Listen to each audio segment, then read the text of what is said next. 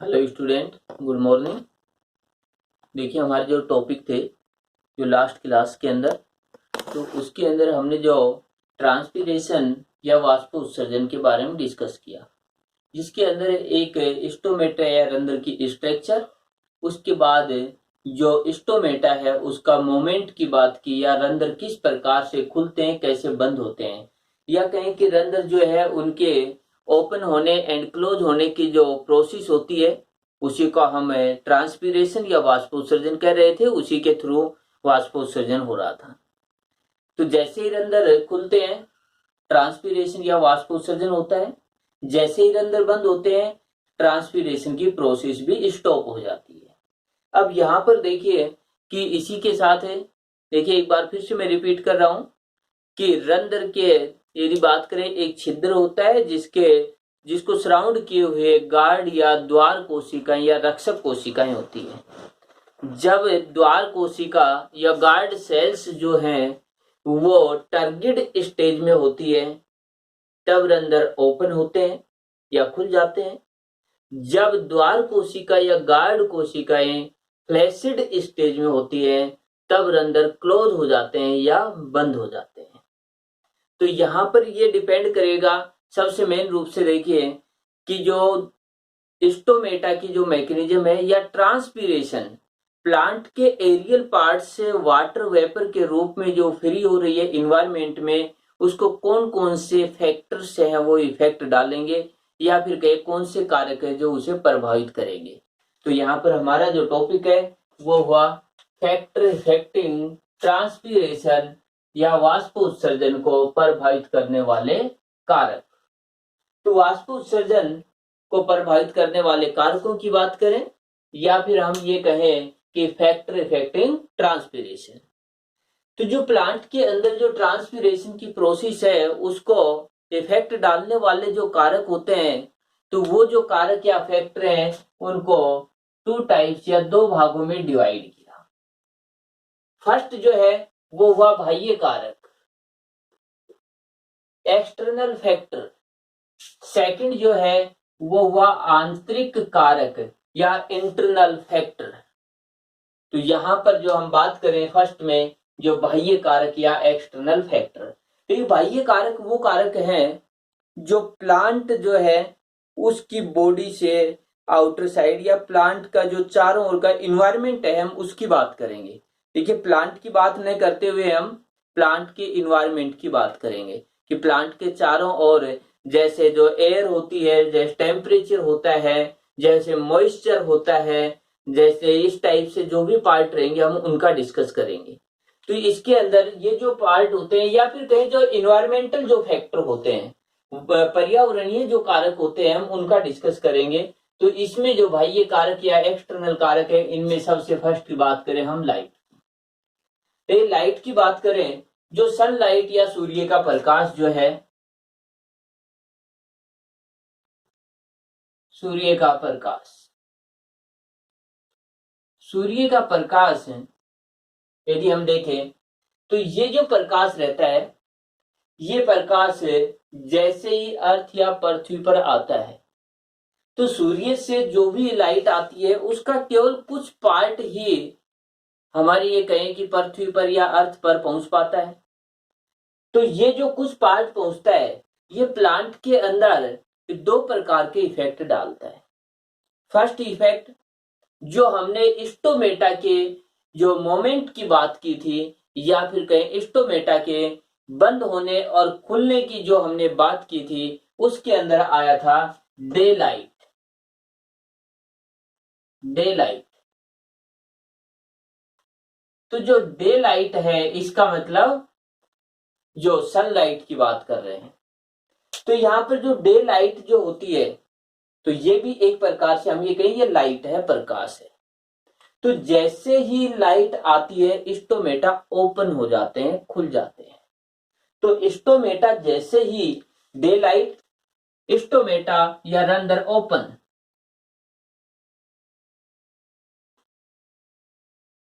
Open, ये system हुआ। यानी रंध्र खुलेंगे, खुले रंध्र। जब रंध्र खुलते हैं तो इंटरसेल्यूलर जो स्पेस होता है लीफ के अंदर, उसमें जो भी वाटर वेपर होती है वो इन्वायरमेंट में इस स्टोमेटा के थ्रू फ्री हो जाती है, मुक्त हो जाती है।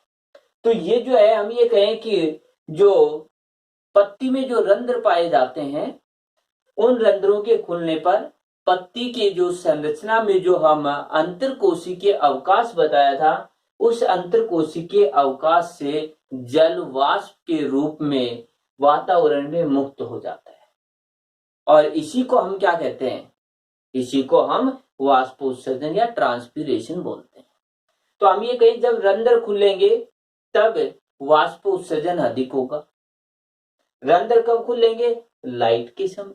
तो हम ये कहेंगे जब लाइट अधिक है तब रंध्र ओपन है, और रंध्र ओपन है तो वाष्पोत्सर्जन भी अधिक होगा। तो हम ये कहें लाइट के अधिक होने पर, यानी लाइट के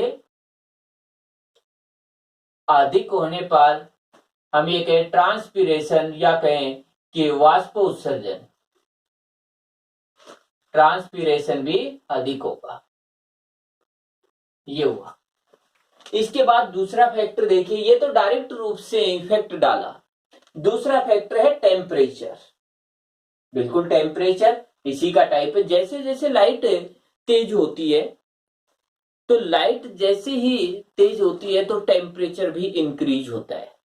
तो हम ये कहेंगे लाइट तेज होगी तो टेम्परेचर इंक्रीज होगा, और टेम्परेचर को मेंटेन करने के लिए वाटर को वाटर वेपर के रूप में फ्री किया जाता है ताकि सरफेस का टेम्परेचर कम हो जाए। देखिए ये रहता है कि जब भी जल किसी सतह से वाष्प के रूप में हटता है तो उस सतह का तापमान जो है वो कम हो जाता है। वही प्रोसेस यहाँ पर होती है। तो इनडायरेक्ट रूप से ये लाइट जो रहती है या सनलाइट जो रहती है वो टेम्परेचर को इंक्रीज कर देती है, जिससे वाष्पोत्सर्जन भी इंक्रीज हो जाता है। इसके बाद देखिए अगला पार्ट आता है वायु या विंड। तो वायु या विंड की बात करें तो इसमें देखिए कि जो एयर होती है वो प्लांट के चारों ओर उसके कांटेक्ट में है। जब तेज हवा चलेगी तो देखिए कोई भी जो पादप है, यदि हम बात करें इस प्लांट की, तो जब तेज हवा चलेगी इस तरीके से, तो इसके पास जो भी पार्ट है मॉइस्चर है, इसको ये हवा तेजी से आगे ले जाएगी। तो यहां से ये जो वाटर वेपर है वो हट जाएगा। वाटर वेपर या जल वाष्प यहां से हट करके इधर हवा के साथ चला जाएगा। तो यहाँ पर बाहर हम ये कहें शुष्क वातावरण, ड्राई इन्वायरमेंट है या एयर आती है। और तो जैसे ही प्लांट के अंदर ड्राई, चारों ओर ड्राई पार्ट है, तो इसका मतलब वहां पर वाष्प उत्सर्जन अधिक हो जाता है। देखें सिंपल सा, यदि देखें कि पादप है, जब तेज हवा चलेगी तो वाष्प वहां से हटती दूर चली जाएगी, तो पादप से और अधिक वाष्प बाहर निकलती है। तो हम ये कहेंगे कि जब वायु या विंड जो है वो तेजी से हो तब ट्रांसपीरेशन या वाष्पोत्सर्जन भी अधिक हो जाता है। इसके बाद थर्ड नंबर पर मिट्टी में पर्याप्त जल की मात्रा या अवेलेबल सोइल वाटर। यदि मिट्टी के अंदर हम वाटर की बात करें तो वाटर यदि पर्याप्त मात्रा में है तब उसका एब्जॉर्प्शन भी अधिक होगा, और एब्जॉर्प्शन अधिक होगा तो हम ये कहेंगे कि जो वाटर एब्जॉर्ब होता है उसका 90 से 99% पार्ट वाटर वेपर के रूप में इन्वायरमेंट में मुक्त होता है। तो जितना अधिक वाटर का एब्जॉर्ब होगा उतना ही अधिक ट्रांसपीरेशन भी हो जाएगा। तो यहाँ पर ये कहें कि जब मिट्टी में पर्याप्त जल रहेगा, अवेलेबल जो सोइल वाटर है वो पर्याप्त मात्रा में, सफिशिएंट मात्रा में है, तो उस समय उसका एब्जॉर्प्शन अधिक होगा। इसका मतलब ट्रांसपीरेशन या वाष्पोत्सर्जन भी अधिक हो जाता है। और जब मिट्टी के अंदर जल की मात्रा कम हो जाएगी तो उसका एब्जॉर्प्शन कम होगा, और एब्जॉर्प्शन कम होगा तो इसका मतलब ट्रांसपीरेशन भी कम हो जाएगा, डिक्रीज हो जाता है। इसके बाद हम बात करें कि जैसे तापमान की, देखिए तापमान का जैसे मैंने अभी बताया कि जैसे ही कोई भी बॉडी का पार्ट होता है उसमें के सरफेस से यदि वाटर वेपर, जल वाष्प के रूप में हटता है तो उस सरफेस का तापमान कम हो जाता है। तो हम ये कहें जैसे ही तापमान इंक्रीज होगा, तापमान बढ़ेगा, तो हम ये कहें कि जैसे टेम्परेचर इंक्रीज होगा तो वाष्प के रूप में जल को अधिक बाहर भेजा जाएगा ताकि वह वाष्प हटे और तापमान जो है वो मेंटेन हो जाए। उनके तापमान इंक्रीज होने पर ट्रांसपीरेशन की रेट भी इंक्रीज हो जाती है, क्योंकि टेम्परेचर को मेंटेन करने के लिए वाटर को या जल को जल वाष्प के रूप में प्लांट से हटाया जाता है। तो ये सभी जो फैक्टर थे वो सभी इन्वायरमेंटल फैक्टर हैं, या कहें कि इनके अंदर जो प्लांट होती है उसकी स्ट्रक्चर से किसी भी प्रकार का जैसे कोई संबंध नहीं है। यहाँ पर अब यदि हम बात करें सेकंड पार्ट आंतरिक या इंटरनल फैक्टर है, आंतरिक या इंटरनल फैक्टर जो है इनके अंदर प्लांट की जो इंटरनल स्ट्रक्चर है हम उसके बारे में डिस्कस करेंगे। तो यहाँ पर देखिए फर्स्ट आता है पत्ती की संरचना यानी स्ट्रक्चर ऑफ लीफ। तो जो पत्ती की संरचना या स्ट्रक्चर ऑफ लीफ है यदि हम इसकी बात करें तो देखिए हम ये कहें कि जो पत्ती इस तरीके से है, हमने जो कंप्लीटली स्ट्रक्चर जो लीफ की जो स्ट्रक्चर की थी तो हमने ये कहा कि इसकी upper epidermis and lower epidermis. तो जो अपर एपिडर्मिस है और लोअर एपिडर्मिस है इसमें देखिए सबसे मेन रूप से बात करते हैं स्टोमेटा की। यदि स्टोमेटा लीफ में अब्सेंट है तो हम ये कहेंगे कि जब स्टोमेटा या रंध्र ही अनुपस्थित है तो वाष्प उत्सर्जन अपने आप कम हो जाएगा या अनुपस्थित रहेगा। इसके बाद देखिए कि यदि पत्ती में स्टोमेटा बहुत अधिक है तो जितने स्टोमेटा खुलेंगे उतना ही अधिक ट्रांसपीरेशन होता है। तो हम ये कहेंगे कि पत्ती की जो संरचना है इसमें हम सबसे मेन रूप से बात करते हैं रंध्र की या स्टोमेटा की। तो स्टोमेटा की जो संख्या है कि स्टोमेटा है वो कितनी संख्या में है, कम है या अधिक है। यदि स्टोमेटा अधिक है तो इसका मतलब ट्रांसपीरेशन या वाष्प उत्सर्जन भी अधिक होगा, और यदि पत्ती के अंदर स्टोमेटा कम है तो इसका मतलब हम ये कहेंगे कि वहां पर वाष्प उत्सर्जन भी कम हो जाएगा। इसी के साथ देखिए दूसरा पार्ट एक और भी आता है कि जैसे क्यूटिकल लेयर, यदि क्यूटिकल लेयर जितनी अधिक मोटी होगी ट्रांसपीरेशन उतना ही कम होगा, क्योंकि क्यूटिकुलर ट्रांसपीरेशन भी होता है। यदि क्यूटिकुलर जो लेयर होती है वो यदि कम है तो इसका मतलब ट्रांसपीरेशन भी कम होगा। इसके बाद दूसरा पार्ट देखिए रंध्रों की। एक रंध्र यदि हम बात करें कि सरफेस पर है, देखिए रंध्र इस प्रकार से यदि सरफेस पर है यहां पर, तो इस प्रकार के रंध्र से ट्रांसपीरेशन अधिक होगा। लेकिन दूसरे जो जीरोफाइटिक प्लांट होते हैं, मरुस्थलीय जो प्लांट होते हैं, उन प्लांटों के जो रंध्र होते हैं उन रंध्रों की बात करें तो ये जो रंध्र रहते हैं ये काफी धसे हुए रहते हैं। इनके चारों ओर क्यूटिकल लेयर जो रहती है वो काफी मोटी रहती है इस प्रकार। तो जो रंध्र का जो पार्ट था ये इसके अंदर धसा हुआ है और इसके कारण ट्रांसपीरेशन की रेट जो होती है वो डिक्रीज हो जाती है। यानी ऐसे रंध्र जो लीफ के अंदर डीपली होते हैं उन लीफ के अंदर ट्रांसपीरेशन की रेट कम होती है, और मेनली जीरोफाइटिक जो प्लांट होते हैं उनमें ये अडेप्टेशन होता है। इसके बाद यदि हम बात करें मूल पर रो अनुपात, देखिए मूल पर रो अनुपात की बात करें तो हम ये कहेंगे जैसे ये प्लांट है इस तरीके, यदि यहां पर रूट अधिक है इस तरीके से, तो रूट अधिक है इसका मतलब रूट हेयर भी अधिक होंगे यहां पर इस तरीके से। तो रूट का पार्ट अधिक डेवलप है, अधिक विकसित है, तो रूट हेयर भी अधिक होंगे। रूट हेयर अधिक होंगे या कहे मूल रोम अधिक होंगे तो जल का अवशोषण भी अधिक होगा। इसका मतलब जब जड़ का अनुपात जड़ जो है या रूट जो है वह अधिक डेवलप होगी तो इसका मतलब वाटर एब्जॉर्प्शन या जल अवशोषण अधिक होगा। दूसरा पार्ट हम बात करें तो इसके अंदर आता है शूट। तो ये जो पार्ट था ये तो हुआ रूट, ये हुआ शूट का। देखिए इसका पर्व पार्ट रहता है, इसका यदि डेवलपमेंट अधिक होगा इस तरीके से यदि हम बात करें तो जब इसका डेवलपमेंट अधिक होगा तो इसमें लीफ या पत्तियों की संख्या भी अधिक होगी, और पत्तियों की संख्या अधिक होगी तो स्टोमेटा भी अधिक होंगे। तो हम ये कहें कि जब इसका पर रो तंत्र भी अधिक विकसित या डेवलप है तो उसमें पत्ती और स्टोमेटा भी काफी अधिक संख्या में हो जाएंगे, और इस कारण से हम ये कहें कि ट्रांसपीरेशन या वाष्प उत्सर्जन भी अधिक होगा। लेकिन इसके साथ जड़ों का भी अधिक डेवलप होना चाहिए। यदि जड़ें कम डेवलप होंगी तो जल का अवशोषण कम हो पाएगा, जल का अवशोषण कम होगा तो पत्तियां अधिक वाष्प उत्सर्जन करेंगी। उसके बाद प्लांट जो रहता है वो विल्टिंग स्टेज या प्लांट म्लानी अवस्था में चला जाएगा। इसीलिए रूट एंड शूट जो है उसका रेशो जो रहता है वो अधिक होना चाहिए, ताकि जो ट्रांसपीरेशन की रेट भी अधिक हो सके। या कहें कि दोनों पार्ट यदि अधिक डेवलप होंगे तो ट्रांसपीरेशन भी अधिक होगा, यदि दोनों पार्ट कम डेवलप है तो ट्रांसपीरेशन भी कम होगा। इसके बाद हम बात करें कि जैसे ये पत्ती का दिक् विन्यास या लीफ ओरिएंटेशन।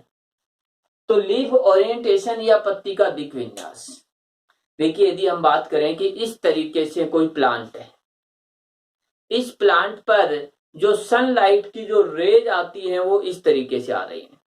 यदि सनलाइट की रेज के समकोण पर मान लेते हैं कि इस तरीके से या इस तरीके से, जैसे ही सनलाइट ऐसे आ रही है, इसके 90 डिग्री पर कोई लीफ है, या तो ऐसे हो या फिर वो ऐसे हो इस तरीके। तो जैसे ही इसके 90 डिग्री पर कोई लीफ रहेगी, पत्ती रहेगी, तो उस पर सनलाइट काफी अधिक मात्रा में आएगी, और जैसे ही काफी अधिक मात्रा में आएगी तो इसका टेम्परेचर बढ़ेगा, जिससे स्टोमेटा भी ओपन होंगे और ट्रांसपीरेशन भी बढ़ जाएगा। और यदि ये लीफ इस तरीके से है और सनलाइट इस तरीके से आ रही है, यानी हम ये कहें कि लॉन्गिट्यूडनल जो हो रहा है, तो उस समय यानी 90 डिग्री पर लीफ न होकर सनलाइट से इसके पैरेलल होती है, तो उस समय जो सनलाइट ऐसे होंगी और पत्ती पर कम लगा आ पाती है, और जिससे हम ये कहें ट्रांसपीरेशन की रेट भी कम हो जाती है। तो हमारा ये जो टॉपिक था जिसके अंदर हम बात करें कि ट्रांसपीरेशन, जिसमें ट्रांसपीरेशन की मैकेनिज्म या स्टोमेटा के मोमेंट की बात की। इसके बाद सेकंड जो पार्ट था वो था इसके अंदर जो फैक्टर जो है या कहें ट्रांसपीरेशन को प्रभावित करने वाले कारक हैं। तो ये टॉपिक हुआ कंप्लीट। अब जो नेक्स्ट टॉपिक है उसकी बात करते हैं, गटिंग या बिंदु सराव। ये नेक्स्ट जो टॉपिक है बिंदु सराव या गटेशन। बिंदु सराव या गटेशन की हम बात करें तो इसके अंदर देखिए, इससे पहले जो पार्ट किया है ट्रांसपीरेशन या वाष्प उत्सर्जन। तो वाष्प उत्सर्जन का जो पार्ट रहता है उसमें हमेशा वाटर वेपर के रूप में लीफ या कहें प्लांट के एरियल पार्ट से इन्वायरमेंट में फ्री होता है। वहां पर यह ध्यान रखना है कि हमेशा जो वाटर रहता है वो प्योर होता है, शुद्ध होता है, क्योंकि वह जल वाष्प के रूप में हटता है। लेकिन अब देखिए यहाँ पर जो बिंदु सराव, देखिए इसके नाम से ही है गटेशन या बिंदु सराव। तो बिंदु या बूंद के रूप में सराव होना। तो यदि जल जो है वो पादप के वायवीय भागों से, और यहाँ पर मेनली आता है पत्ती या लीफ का, तो ये कहे पादप जो है उसके एरियल पार्ट या वायवीय भागों से जल का बूंदों के रूप में या ड्रॉपलेट के रूप में स्राव होना। तो सीधा यहाँ पर क्या हुआ, जल का बूंदों या फिर कहें ड्रॉपलेट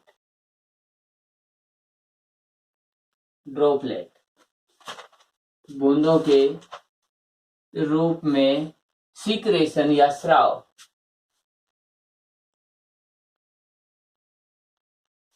यानी वाटर मॉलिक्यूल्स का ड्रॉपलेट की फॉर्म में प्लांट के एरियल पार्ट से सीक्रेट होना, सीक्रेशन की क्रिया करना ही बिंदु स्राव या गटेशन कहलाता है। तो यहाँ पर और वहां पर यानी ट्रांसपीरेशन और इसमें सबसे मेन डिफरेंस तो एक तो यही हुआ, वहां जो वाटर था वो वाटर वेपर के रूप में, जल वाष्प के रूप में फ्री होता था, लेकिन यहाँ पर जो जल होता है वो बूंदों के रूप यानी तरल रूप में, वहां गैसीय स्टेज थी, यहाँ लिक्विड स्टेज है, तरल रूप में ही इन्वायरमेंट में मुक्त होता है। अब ये जो प्रोसेस होती है वो प्लांट में कहां पर होती है? प्लांट में ये प्रोसेस पत्ती या लीफ में होती है, और पत्ती के जो किनारे रहते हैं, कॉर्नर जो पार्ट रहते हैं, उनके पास होती है। और इस टाइप का जो एग्जाम्पल है काफी देखिए देखा हुआ रहता है कि सुबह के समय यदि हम देखें, सबसे सिंपल सा जो रहता है दूब घास या ग्रास जो रहती है, यदि इसकी बात करें तो दूब ग्रास जो रहती है, यदि इसको सुबह के टाइम देखें तो इसकी पत्ती के किनारों पर छोटी छोटी जल की बूंदे या ड्रॉपलेट हमें दिखाई देती है। ऐसी जो अदर दूसरे जो प्लांट रहते हैं उनमें भी काफी प्लांटों में ऐसा है। मेन रूप से जो घास होती है उनके अंदर, जैसे आलू है उसके अंदर मिल जाएगा, टमाटर में मिल जाएगा, यानी हम ये कहें कि पोटैटो है उसके लीफ में, टोमेटो की लीफ में, ग्रास की लीफ में, इस प्रकार के जो है उनके अंदर काफी मिल जाता है। इसी प्रकार से जैसे यदि गेहूं की बात करें तो गेहूं में मिल जाता है जो वीड्स जो है। तो यहाँ पर देखिए जो ये पत्ती है, तो ये पत्ती है, इस पत्ती यानी लीफ जो है, इस लीफ के किनारों पर ऐसे वाटर की बूंद दिखाई देती है हमें, लेकिन ये मॉर्निंग के टाइम ही होता है। यदि बात करें जैसे हमें जो जैसे जैसे टेम्परेचर बढ़ेगा, सनलाइट इंक्रीज होगी, तो वाटर जो रहता है वो वेपर के रूप में प्लांट से बाहर आने लग जाता है। ये जो रहता है कि इस तरीके से होता है। तो लीफ जो वेन्स रहते हैं, लीफ जो है इसकी बात करें तो ये जो लीफ के अंदर जो वेन्स है, तो ये जो वेन्स है इनके जो लास्ट यानी एंडिंग पार्ट है, यानी एंड पार्ट या लीफ के जो वेन्स का अंतिम सिरा या कहें कि पत्ती,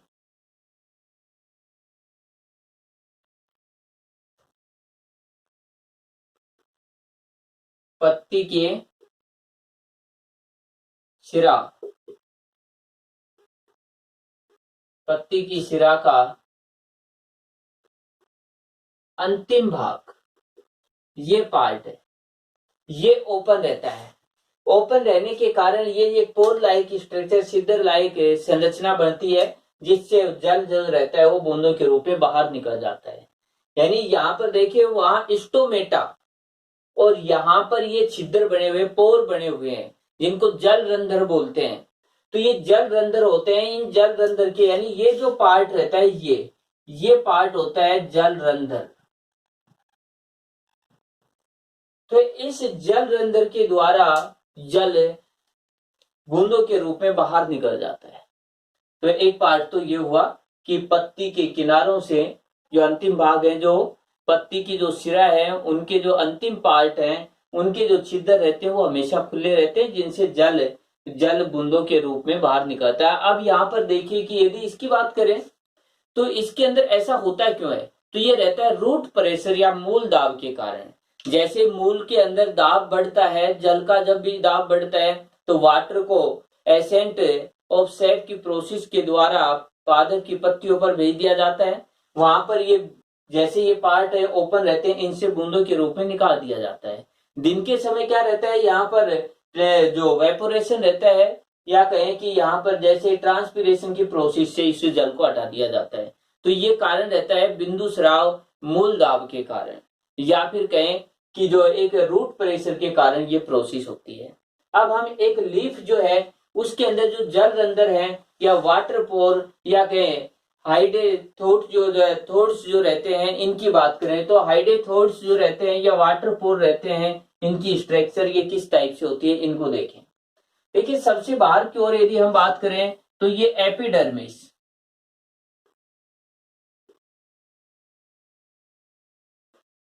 यानी ये जो पार्ट है एपिडर्मिस सेल्स हुई। इसके बाद इसके बाहर रहता है क्यूटिकल। तो एपिडर्मिस और इसके बाहर है क्यूटिकल। लेकिन जो ये पार्ट है, जो इसके किनारे हैं, इनके अंदर ये जो पार्ट है, यहाँ पर कुछ एक जो पोर लाइक स्ट्रक्चर होती है, ये पार्ट यहाँ पर एक पोर लाइक स्ट्रक्चर होती है, और इसको बोलते हैं वाटर पोर या हाइडेथोट या जल रंध्र।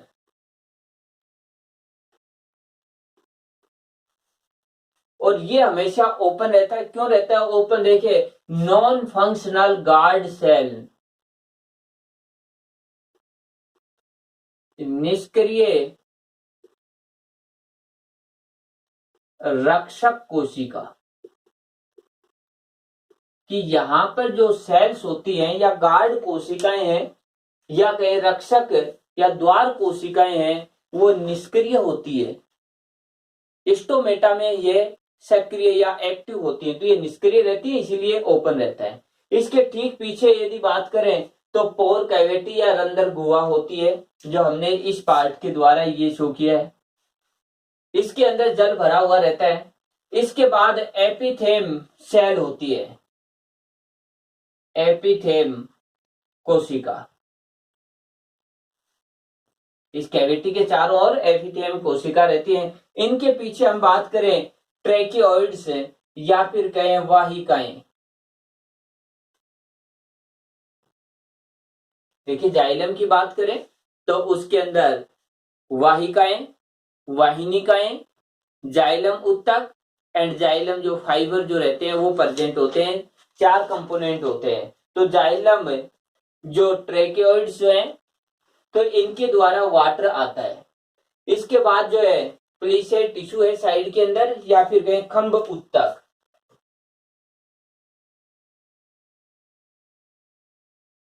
खंभ उत्तक ये पार्ट हुआ। तो इस प्रकार की स्ट्रक्चर है। अब देखिए इसके अंदर इसकी मैकेनिज्म, कि जब रूट प्रेशर अधिक होता है, मेनली नाइट के समय रूट प्रेशर अधिक होता है, तो जो वाटर रहता है वह वाटर इन वेसिकल्स या कहें ट्रेकियोइड से इधर आता है, इन सेल्स में आ जाता है। और ये जो सेल्स हैं ये रहता है इनका इंटरसेल्युलर स्पेस,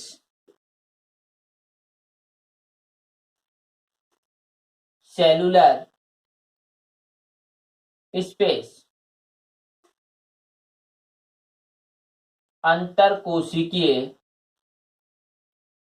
अवकाश। तो जो अंतरकोशिकीय अवकाश है इनमें आ जाएगा। इनसे ये जो सेल्स होती है, या फिर कहें कि जो एपिथेम जो सेल्स होती है, इन सेल्स में आएगा और ये सेल टारगेट हो जाएंगी। फिर भी यदि जल आ रहा है, फिर इन सेल्स से जो वाटर रहेगा या जल रहेगा वो इस कैविटी में आ जाएगा। और इस कैविटी में फिर भी प्रेशर, रूट प्रेशर अधिक था, इसीलिए वाटर यहाँ पर बार बार इधर आ रहा है। इसके बाद यहां से वाटर को बाहर कर दिया जाता है। और यही जो बिंदु स्राव या गैटेशन की मैकेनिज्म होती है।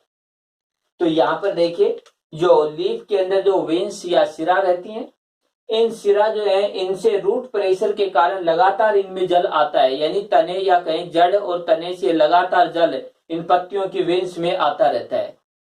अब यहाँ आता है तो यहाँ पर जो एपिथेम सेल्स होती है इनमें जल जाएगा, ये स्फीत हो जाएंगी। इसके बाद एक्स्ट्रा जल रहेगा उसको ये निकाल देंगी, लेकिन निकालती है इस कैविटी में, तो ये जो रंध्र गुहा रहती है इसमें जल आ जाएगा। और इसमें भी जल, यदि ये गुहा भी भर जाती है, फिलअप हो जाती है, तो इसमें जो एक्स्ट्रा जल रहेगा उसको फिर बाहर निकाल दिया जाएगा। और जो बाहर जल निकलेगा या वाटर निकलेगा वो ड्रॉपलेट या बूंदों के रूप में निकलता है, और इसीलिए इसको कहते हैं बिंदु स्राव या बूंदों के रूप में स्राव। अब यहाँ पर देखिए कि जो कंप्लीटली जो वाटर आ रहा है वो केवल वाटर, प्योर वाटर नहीं आ रहा है, क्योंकि यहाँ पर जल वाष्प के रूप में नहीं आ रहा है, जल तरल अवस्था में है। तो जल में जो भी पदार्थ यहाँ पर मिक्स रहेंगे वो भी आएंगे। तो इस कारण जल के साथ साल्ट भी यहाँ पर साथ साथ बूंदों के रूप में ही बाहर आ जाते हैं। तो यहाँ पर केवल जल नहीं आकर जल का एक विलयन आता है, जिसके अंदर मिनरल्स होते हैं, जिसके अंदर ये कहें कुछ पदार्थ जो रहते हैं वो मिक्स रहते हैं यहाँ पर।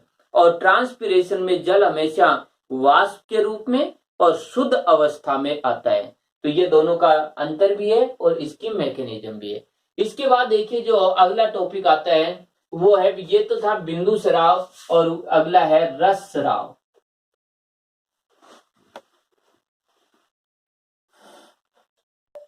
देखिए, रस स्राव या ब्लीडिंग। तो यहां पर हमने कहा था बिंदु स्राव, यहां पर कह रहे हैं रस स्राव। बिंदु स्राव में तो पत्ती जो है उनके किनारों से वाटर ड्रॉपलेट के रूप में फ्री हो रहा है।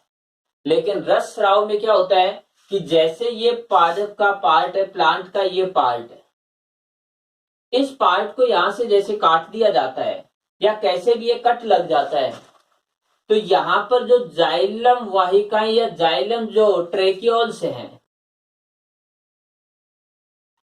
जाइलम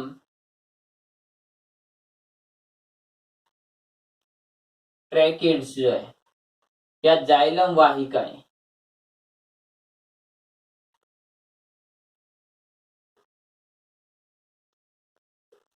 तो जैसे ये कट लगेगा तो जाइलम वाहिकाओं से जो जल जो रहता है, देखिए इस तरीके से यदि हम बात करें कि ये जो पार्ट था, इस पार्ट के थ्रू ये पार्ट जैसे इस तरीके से था, हम ये कह रहे हैं कि इस पार्ट के अंदर जाइलम वाहिकाएं हैं, तो जाइलम वाहिकाएं इस तरीके से प्लांट के अंदर फैली हुई हैं।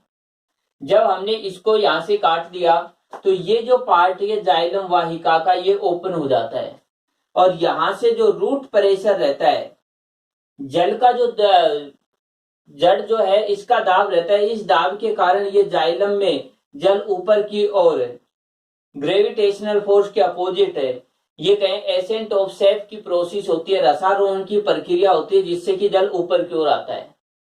और इसके साथ कुछ मिक्सर भी रहता है, मिनरल्स भी होते हैं। तो ये जैसे यहां से काटेंगे तो इस मूल दाब के कारण ये भी यहां से बूंदों के रूप में आएगा इस तरीके से। तो इस तरीके से हम ये कहें, लेकिन यहां पर और बिंदु स्राव में अंतर है, वहां पर जो है जल पत्ती के किनारों से या सिराओं के जो किनारे रहते हैं उनसे बूंदों के रूप में जल निकलता है, लेकिन यहां पर पादप के कटे हुए भाग से, देखिए पत्तियों की बात नहीं है, पादप का जो कटा हुआ भाग है उसमें जो वाहिकाएं होती हैं, जाइलम वाहिकाएं, उनसे रस का स्राव होता है। तो हम ये कहें पादप के